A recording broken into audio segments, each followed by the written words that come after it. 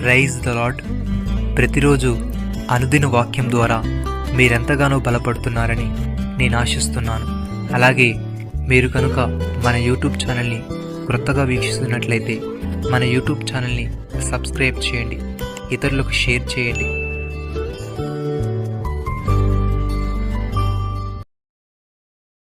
ఒక మనిషి అవిధేయత వలన అనేకులు పాపులుగా ఎలాగూ చేయబడిరో అలాగే ఒకని విధేయత వలన అనేకులు నీతిమంతులుగా చేయబడుదురు. రోమిలకు రాసిన పత్రిక 5వ అధ్యాయము 19వ వచనము. ప్రియమైన సహోదరి సహోదరులారా, ఒక మనిషిని ద్వారా పాపము ద్వారా మరణమును లోకంలో ఎలాగూ ప్రవేశించెనో అలాగుననే మనుషులందరూ పాపము చేసినందున మరణము అందరికీ సంప్రాప్తమయ్యను.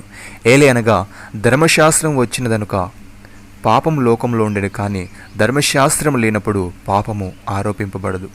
అయినను ఆదాము చేసిన అతిక్రమమును బోలి పాపము చేయని వారి మీద కూడా ఆదాము మొదలుకొని మోషే వరకు మరణమేలెను. ఆదాము రాబోవానికి గురి అయి ఉండెను, అయితే అపరాధము కలిగినట్టు కృపావరము కలగలేదు.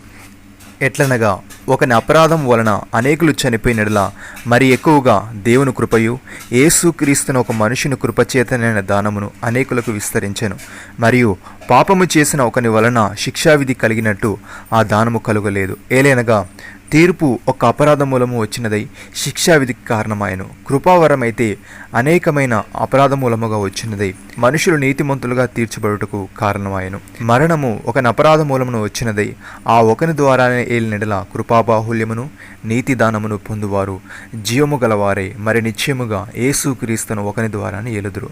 కాబట్టి తీర్పు ఒక అపరాధం మూలన వచ్చినదై మనుషులందరికీ శిక్షావిధి కలుగుటకు ఎలాగూ కారణమాయనో అలాగే ఒక పుణ్యకార్యం వలన కృపాదానమును మనుషులందరికీ జీవప్రధానమైన నీతి విధింపబడుటకు కారణమాయను.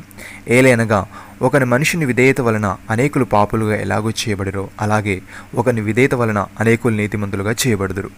మరియు అపరాధం విస్తరించినట్లు ధర్మశాస్త్రం ప్రవేశించెను, అయినను పాపము మరణమును ఆధారము చేసుకుని ఎలాగూ ఏలను అలాగే నిత్య జీవము కలుగుటకై నీతి ద్వారా కృపయు మన ప్రభు అయిన యేసుక్రీస్తు మూలముగా ఏలు నిమిత్తము పాపం ఎక్కడ విస్తరించెనో అక్కడ కృప అపరిమితముగా విస్తరించెను.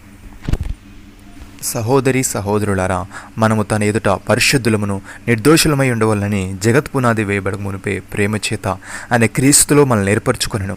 దేవుని కృపా మహదైశ్వర్యమును బట్టి ఆ ప్రియుని యందు ఆయన రక్తం వలన మనకు విమోచనము అనగా మన అపరాధముల క్షమాపణ మనకు కలిగి ఉన్నది. కాలము సంపూర్ణమైనప్పుడు జరగవలసిన ఏర్పాటును బట్టి ఆయన తన దయాసంకల్పము చెప్పున తన చిత్తమును గూర్చిన మర్మమును మనకు తెలియజేసి మనకు సంపూర్ణమైన జ్ఞాన వివేచన కలుగుటకు ఆ కృపను మన నెల విస్తరింపజేస్తును. నమ్మిన వారు నాతో కలిసి ప్రార్థనలో ఏకీభవించండి.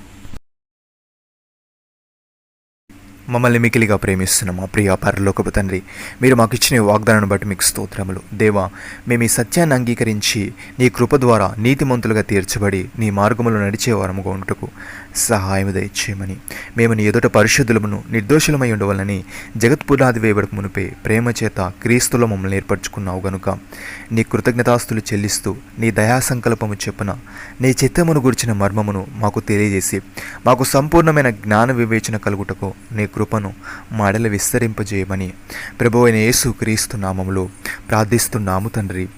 ఆమెన్.